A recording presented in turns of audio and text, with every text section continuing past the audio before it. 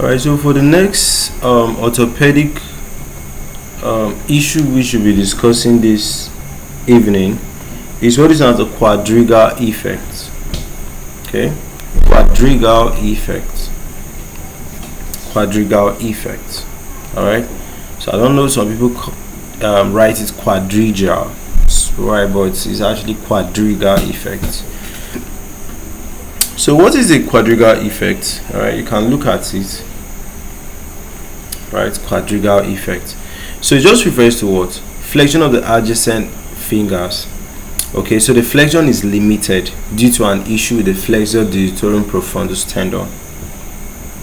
Do you understand? Like, flexion is like you're actually bringing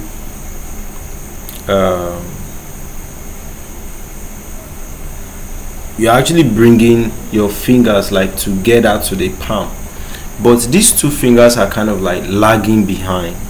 Do you understand?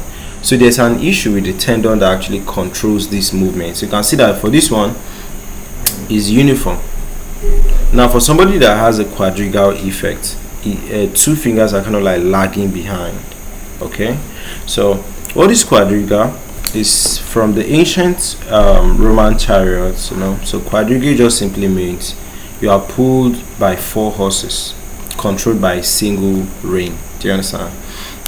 So if one horse is pulled back, the others are affected too. Similar is the flexor digitorum profundus tendon. So it controls your fingers. Do you understand?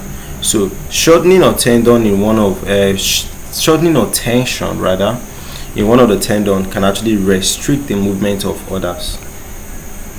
You get? So if you look at this, even all these fingers are coming down, they are also being affected. They are coming down abnormally. Alright, now the issue is just stemming from one of the tendon having issues, but it's now spreading to affect all of them. So what causes it?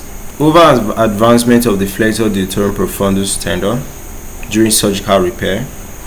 Alright, scar formation or adhesions after injury, short tendon graft, distal finger amputation with improper tendon reattachment.